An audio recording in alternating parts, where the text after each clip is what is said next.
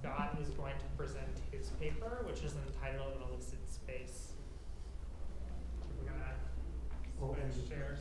Will that restart it? Is there a way to, or no? Oh, restart the time? Or no? Or I could just use my Oh, phone. yeah. Oh, Right there. Thank you.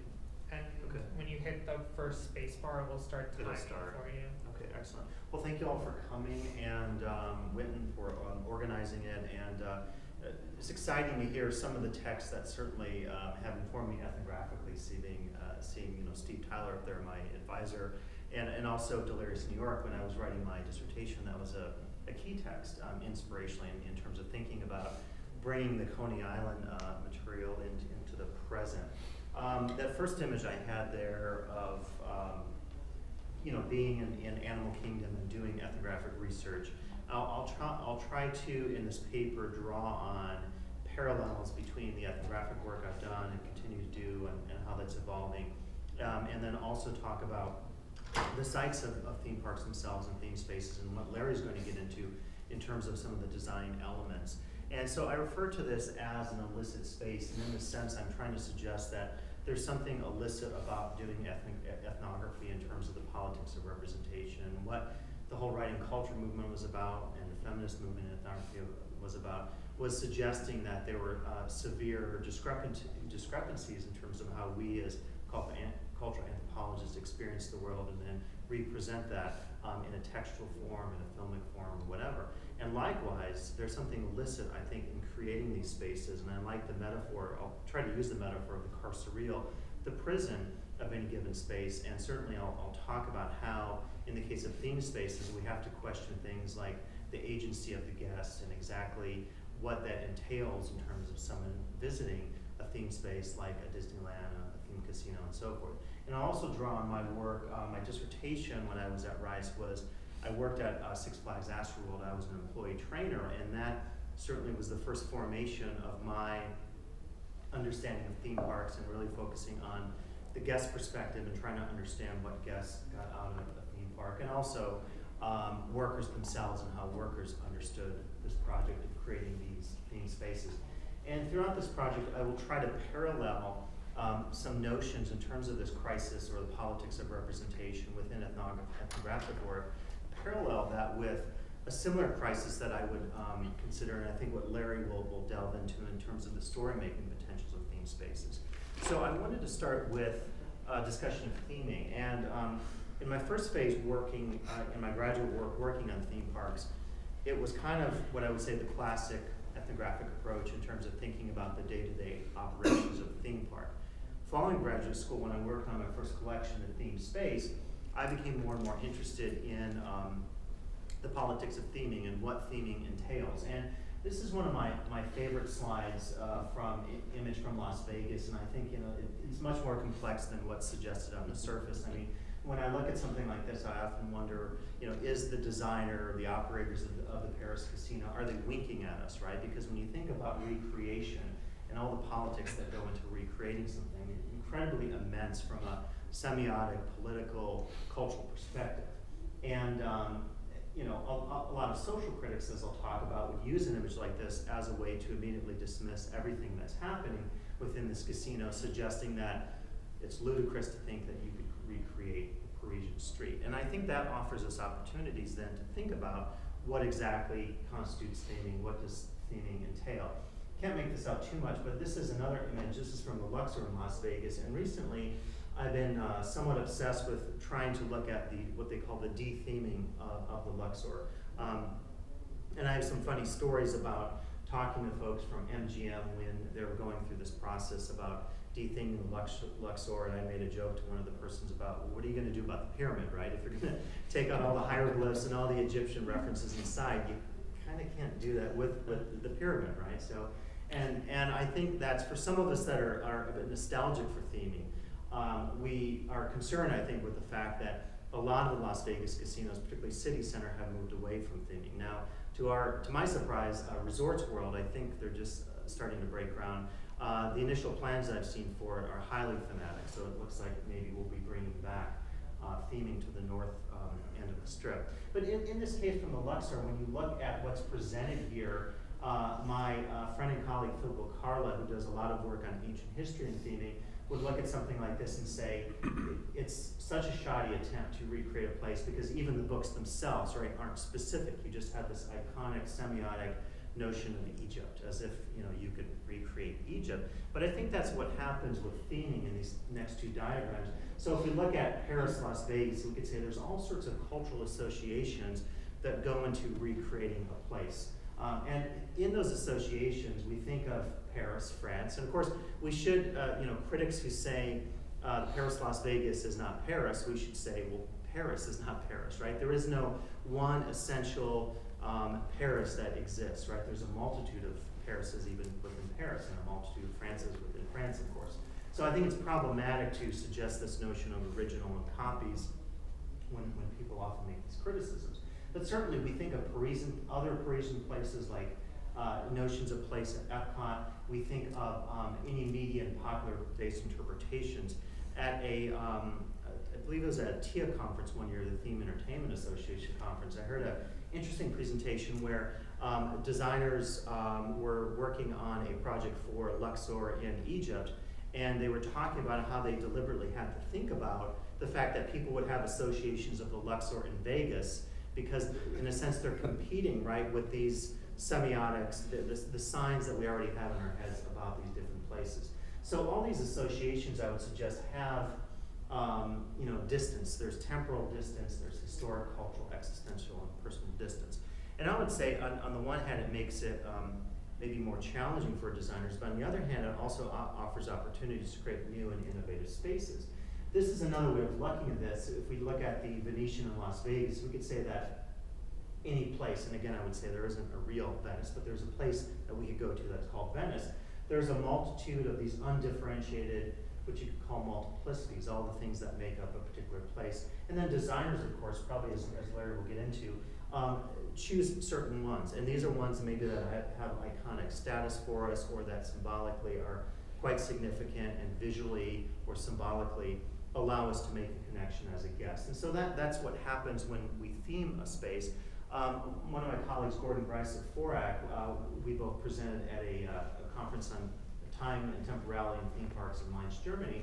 You can't read this, but he says here, under normal circumstances, designers do not intentionally distort historic facts. This is frowned upon. And I like this slide because in a sense he has this amalgam of all these different symbols, right? That, the suggestion here is that you could create all these and throw these together in an iconic sense. And I think symbolically or metaphorically, this is an interesting way of looking at some of the theming projects that exist in the world. And certainly if you go to the Las Vegas Strip, you see a multitude of different iconic places drawn together. And again, for social critics, this has been a point of concern, as if we can't have these different associations drawn together. And it's interesting because in any city in the world, of course, you see a multitude of plurality of cultures and architectural styles and events and performances. I wanted to show this slide. Years ago, at another conference in Germany, I had a chance to interview a designer and architect at Europa Park in Rust, Germany, and he was working on, had just created, was the lead designer for their Iceland theme land, and he took me for a tour, and I had a chance to see some of his. It's always exciting when you see, for me, not being an architect, when you see architectural drawings, you get the sense of if in a chef's kitchen and you're seeing all the secrets that go into their creations and so forth. And so I had asked him, I said, well, can you take me through the process, what was your initial stage of creating, as Larry would talk about, the foundations of the story behind Iceland? And his answer was, I was amazed with his answer because it was incredibly honest. And he said, well, I start with this.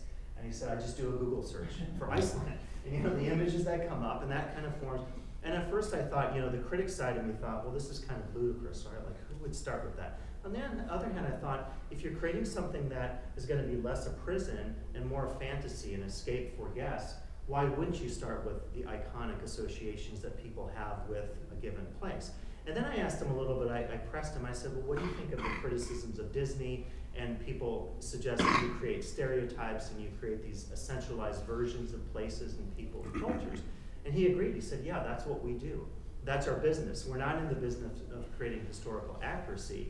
We are in the business of fantasy. And not to say that that dismisses all the criticisms, but I was really impressed with that, I guess, from an ethnographic perspective, to hear that level of honesty and openness to the criticism, and just how he was able to articulate, you know, something that was very honest about how he created this place. And so I wrote this piece, this unpublished piece years ago on a book on sampling, and it didn't quite, you know, as pieces don't often work out. The editors, I think, weren't quite convinced with my points in here, but the point of this piece was to use the metaphor of remixing and sampling from the technological, filmic, musical arenas, and to apply that to place. And so I suggested that in some senses we could talk about culture sampling, which is the idea of drawing on or sampling a culture for the purpose of recreating and remixing that culture or variations of it in another place.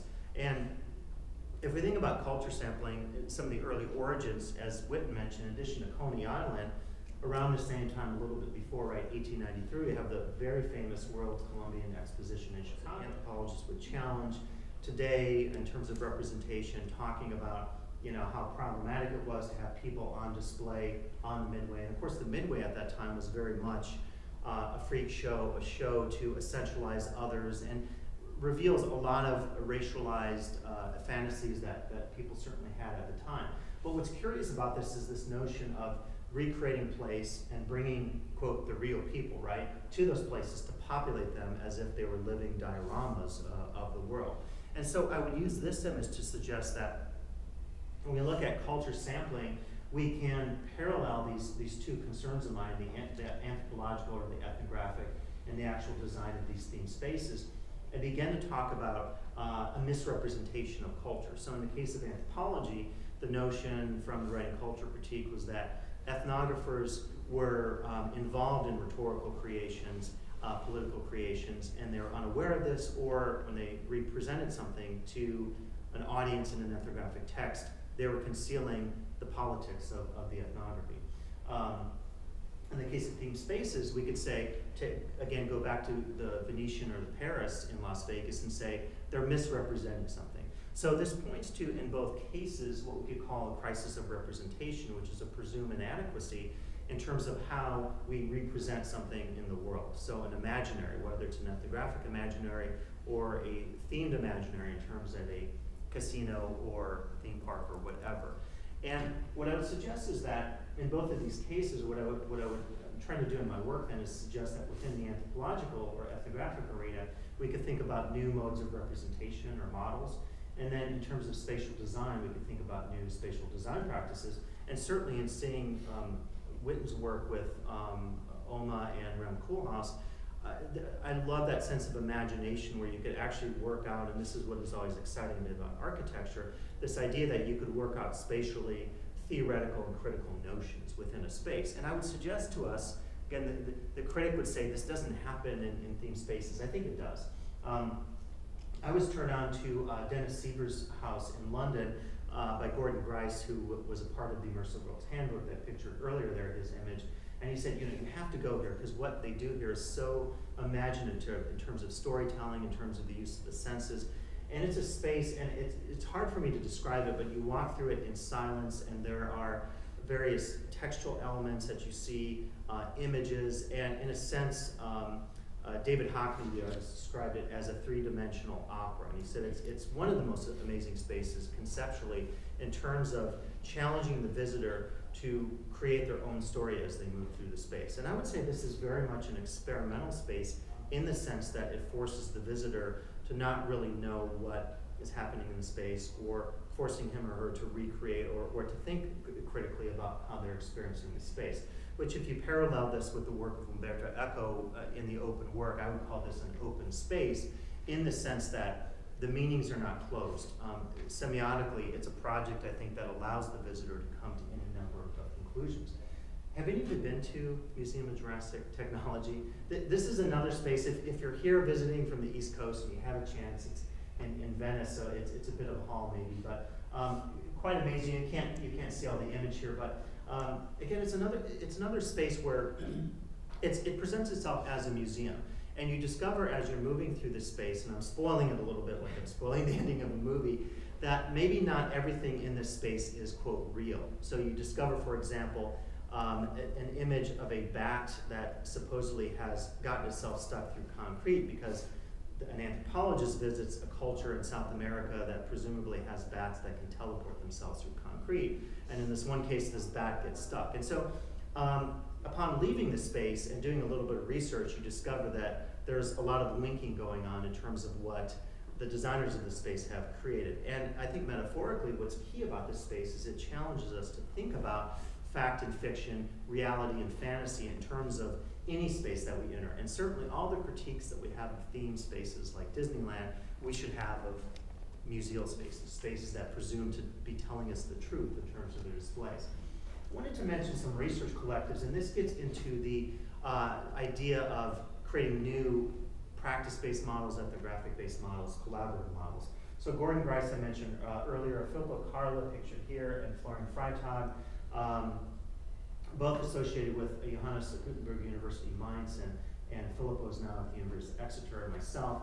We had an opportunity to present at the American Studies Association conference, working on collaborative theme park models and criticism, working with designers and also academics. And so we had a chance to do some on-site visits to California Adventure, to Disneyland, and also to Universal Studios. And what was exciting about this from an ethnographic sense was that we were walking through the parks and sharing our observations. And following this, we actually did some write-ups. So Gordon wrote about his design perspectives and how he felt about having this conversation with academics. And in the case of Filippo, again, Filippo is an ancient historian who studies theme parks. Florian actually does work on contemporary literary criticism, but was worked in Paris Disneyland in one of the gift shops and retail. And then, of course, in my work, I was a trainer at Six Flags Astroworld, and then Gordon works as a designer for FORAC and has done a lot of the design for many of the Dollywood attractions. And so what was cool about this was that we walked through the parks, we shared our observations, we took video, we took images, and then in the last few months since we did these visits, we're trying to then collaborate on understanding exactly what we saw and how, again, we can have conversations across the academic and the practice-based side of looking at themed and immersive spaces. And I wanted to mention that in terms of doing this, to go back to the ethnographic side of things, the ethnography of the popular, I think for me what is exciting is this idea that when I go to a new place, and these next two images are from Singapore. I had a chance to present not too long ago at a heritage conference in Singapore. And if you're doing ethnographic research in a more traditional space, which would be an indigenous society, in my case, of course, my ethnography has been in theme spaces and theme parks. There is this moment of kind of the pleasure of the ethnographic. So it could be for traditional anthropologists like Clifford Geertz, in the case of the Balinese cockfight. It's a moment where you discover something amazing, you're viewing a particular ritual, and you have this sense of there's a pleasure behind it, or there's some new insight that you gain, maybe there's enjoyment. And I would suggest that that same enjoyment could be had in one of these, albeit non-traditional ethnographic spaces. This is a mall called Jerome Point, which I just stumbled across this street, which was a recreated Hong Kong street. And it was just something where, I saw the lights and the signs, and I just said, what the hell is that? And I have to go check out what that is. And then I talked to a few people and discovered this was an effort by the Hong Kong Tourism Board to recreate a Hong Kong street within a mall. And so it was like this interesting outdoor space in an indoor mall, and it kind of broke down for me a lot of the categories of thinking about malls and consumer spaces. And then this is, you can't see it too well here, it's very dark, but this is the famous Gardens by the Bay, which is, if you have a chance to go there, if you're ever in Singapore, this multimedia extravagant presentation where they've created these giant, what they call super trees, that people walk along the canopies, and it's won a number of TIO awards in terms of the Theme Entertainment Association. And this was another moment that when I saw it, I was just able to take it in and enjoy it from a purely pleasure standpoint, and not think of it at that moment in a critical standpoint. I think this is something that is often lost in popular ethnography. The sense is from the get-go, you have to be a critic, right? And you can't enjoy anything about it because it is inherently hegemonic, right? And so I think for me, one of the implications of doing popular ethnography, this is also an image I'll show you in a second, these on-site videos for my YouTube page. This is at Universal Studios Singapore, which I thought had a miraculously amazing Egyptian theme land. One of the best I've ever seen, like way better than the Luxor, just from a visual standpoint. So what I've tried to do in terms of popular ethnography is create a series of offerings for people on popular sites, so Pinterest and then my YouTube page. And the notion behind the YouTube page is that I visit one of these spaces and I try to deal with one key aspect of that particular space. So in the case of going to the notion of retheming that I talked about earlier, at the Luxor, I posed some questions for viewers. And of course, as you can see here, viewers are few and far between, 2, 1, 2. So if any of you have ideas about increasing YouTube viewership and so forth. But the point behind this is to popularize what I'm focusing on. And that developed as a result, I'll show you here, of doing some work on the Immersive Worlds Handbook, which Larry actually was the key consulting editor. And that was, I think, for me, an effort to move my research from the academic more into the popular, more into the realm of the design side of things. I know Witten's had a few run-ins with authorities in different spaces. I think, yeah, you mentioned Holy Land, and I think I saw in your thesis, didn't you have something at Imagineering that happened to you as well? Some kind of... oh no, that would be amazing. Okay, yeah, I thought there. So I had a few of these, and again, I want to focus on the implications of popular ethnography. So this is an image here of security guards at downtown Disney. And you know, when I do these videos, often I have a camera, right, a selfie stick, and if you've been reading about the banning of selfie sticks in museums and so forth, you know that maybe this is going to become an issue for some of us. But you know, if you have a selfie stick and a camera and you're talking to a camera, I guess some authorities might consider this to be strange or troubling or something. So, you know, I was accosted here at downtown Disney, and then recently, in I think a month or so ago, I was at Horton Plaza, and the same thing. I was up there, I was looking at the design. I had never been to Horton Plaza, and for me, it's a key space in terms of thinking about consumer mall design. Some what looked to be like stuffed shirts management types were, you know, doing a tour or something, having a seminar, and they saw me, and I saw the Lux. You just kind of know that look, and a few minutes later, a nice security guard came up and said, "What are you doing?" And I happened to have a card, a brochure for my book, and he took it, and he said he was going to pass it on or something like this. But I often get this where, you know, there's very little in what I'm doing that is that traditional ethnographic, in the sense of, you know, I'm there, I have some sort of authority. I try to approach this as a guest would. So the pleasure of simply going to a space, videotaping it, offering some insights. In some cases, I might do some background research about that space before I do these videos. But there's a side of me that actually enjoys the fact that I'm accosted in these moments, to go back to the car surreal, because on the one hand, critically, it reminds me of what's at stake in the space, and on the other hand, it suggests to me that it suggests a breaking down of the research in some interesting dimensions. I would mention briefly here the work of Grant McCracken and the Culturematic. And Grant McCracken has suggested some ways that we could think about taking ethnographic research and transforming it in a popular sense, such that everyday people, and this is an example of a woman who over a period of a year took, you know, an image of herself, and then she plays it all as one video at the end. And although it's not research in the traditional ethnographic sense, McCracken is suggesting that it's a way for people to experience the world, to experience culture, and create what's called a culturematic, which is a form of everyday cultural research. Also key in this regard, and Henry Jenkins did an interview for the Immersive Worlds Handbook project.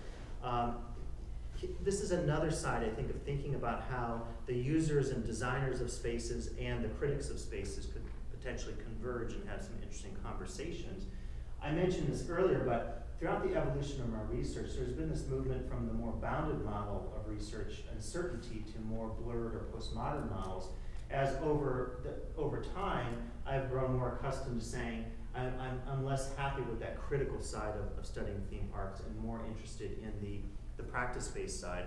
And I would suggest one of my advisors, George Marcus, important quote on this new imaginary of ethnographic fieldwork, which is suggesting complicity. And complicity, for me, to go back to the car surreal, I think is a great metaphor, because it suggests that we all have a stake in what we're studying. Designers and critics and academics and workers in spaces, guests in spaces, I would suggest here at the end, all have a potential to transform that space and to understand their own complicity in that space in various senses. I won't go over this because I'm just about out of time, but I would suggest that there are new models out there in terms of thinking about creating experimental ethnographic understanding of spaces. These are a couple examples of work I did on the Las Vegas Strip, one focusing on these fornicating, or not, I don't know if fornicating animals, but they appeared to be fornicating as they were jumping on each other here in this animal pen. And I did another one on a tiny mug that I found, and I wrote this kind of experimental piece about what this I Love Power mug entails for the Las Vegas Strip. I'm going to jump over this chart about intervention, but this was from a conference I participated in Denmark, focusing on this idea of ethnographic intervention. But I'll close on these notions. Again, what I'm trying to suggest in the work is moving from this academic research into more of the popular research. And I had a chance years ago to do a consulting gig. I won't talk about this now, but in the process of doing that consulting gig for Disney Imagineering, I was drawn to some new notions, and in particular, the notion I was drawn to was this idea of creating a space in the future, a conceptual space and a real space, that would involve all the parties to the game an equal say in terms of understanding the space. The worker in the space, the designer in the space, the academic critic, and also the patron or guest who comes to that space. And I'm out of time, but if you get a chance, go to Tio's Tacos. If you get a chance, a very cool theme space that's literally just less than a half mile from us today. So, and I will stop there because I'm at 45 minutes. Sorry.